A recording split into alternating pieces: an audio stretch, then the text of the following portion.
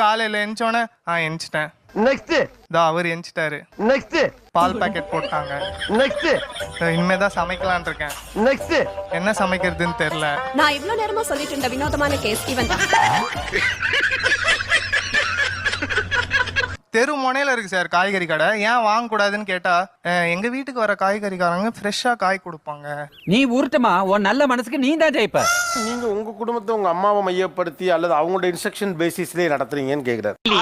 சூதுவா தெரியாம வளர்ந்துட்டு என்ன பண்ண சொல்றீங்க? ரியாலிட்டியில அந்த உதவி இல்லாமலே நீங்க 2 பேருமே இந்த குடும்பத்தை மேனேஜ் பண்ணிக்க முடியுமா? பண்ண முடியாது சார். அப்படி சொல்லி